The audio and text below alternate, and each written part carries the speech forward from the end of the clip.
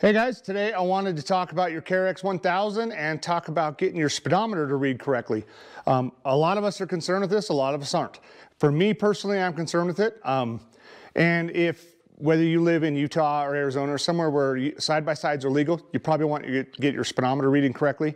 For me personally, it's for gas mileage reasons, for I know exactly what I'm using and so on and so forth. So getting the speedometers correct in the KRX is not a big deal. It's a simple plug and play deal and a little bit of programming, and it's pretty straightforward.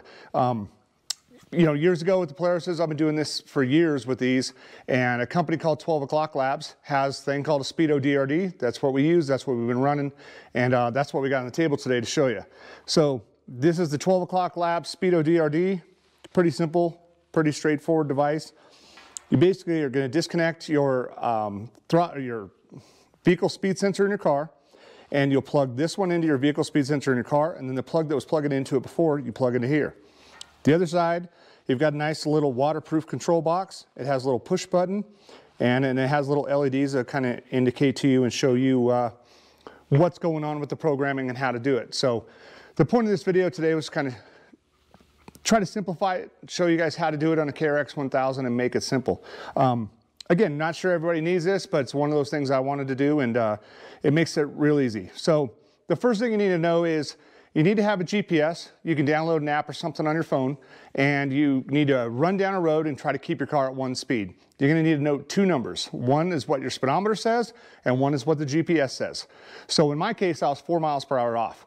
The GPS said I was doing 60. My speedometer said I was doing 56. So on our website, we have at the bottom is another video that kind of shows you how to program this, but there's also a calculator, and on that calculator, you put in those numbers.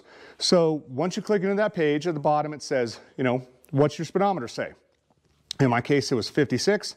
What's your GPS say? It's 60. Hit calculate, it gives you a number. It's that simple. That number is either going to be positive and negative. That's what you keep an eye on. Positive is green. Negative is in red, and it says so. So my number was 0.057.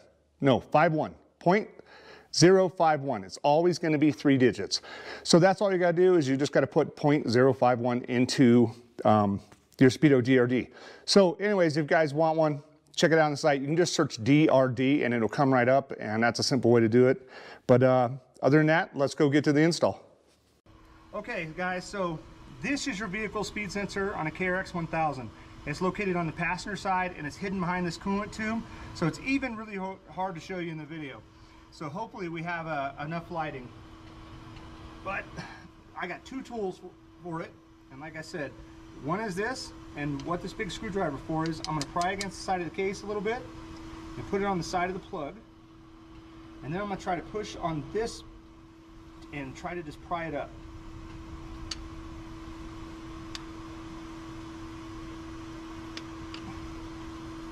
Oh, there it goes.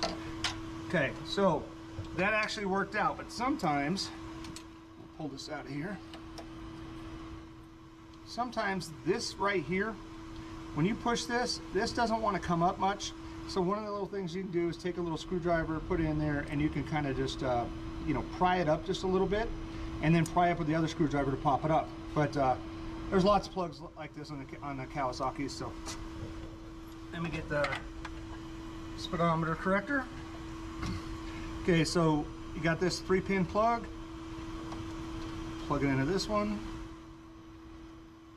Make sure you feel it click. And then I'm going to put this one back up in here. We definitely have horrible lighting for actually working on the car, but I think it was good for video until my hands are in the way. I think I'm on there. Yeah. So bingo, pushing it down, making sure it's clicking. Okay, that's it. So this thing is actually already installed. All you gotta do is program it now. So the next step is I'm gonna turn on the key, and you guys might be able to see these lights flash up.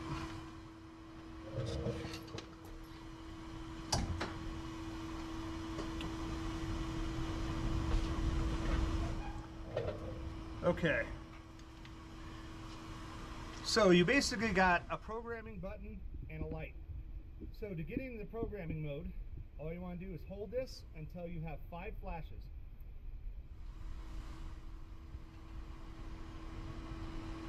5, and then let off. Now you're going to get a flashing green and red. Now that's the number that you got off of the calculator from the website. It was either positive or negative. Green is positive, red is negative. So in my case, my number was positive 057. So what you want to do is hold it down and release it on the color. So I'm going to release it on green for positive. There you go. Okay, now it's going to flash again. Now it wants your first number. Well, it's always a 3-digit number, and mine is 057. So a 0 is 10 flashes. I'll push it.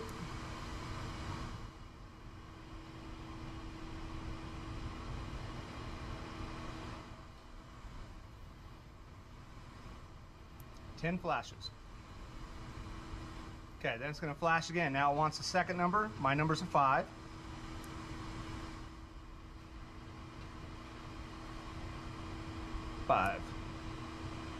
Okay, and then the last number in mine is a 1. So I'm going to do it again.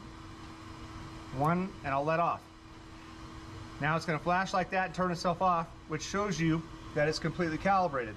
And that's it, guys. You pretty much take this, you're going to take it, and you're going to put it up in here and zip tie it out of the way. This will always stay in your car. It's not something that you pull out or anything else, but I'll show you 2 more quick steps. Now, if you want to verify you did the number correctly, what you can do is hold this down for 2 flashes, and then it'll show you what's programmed into it. So I'll do it again. 1, 2, I'm going to let off.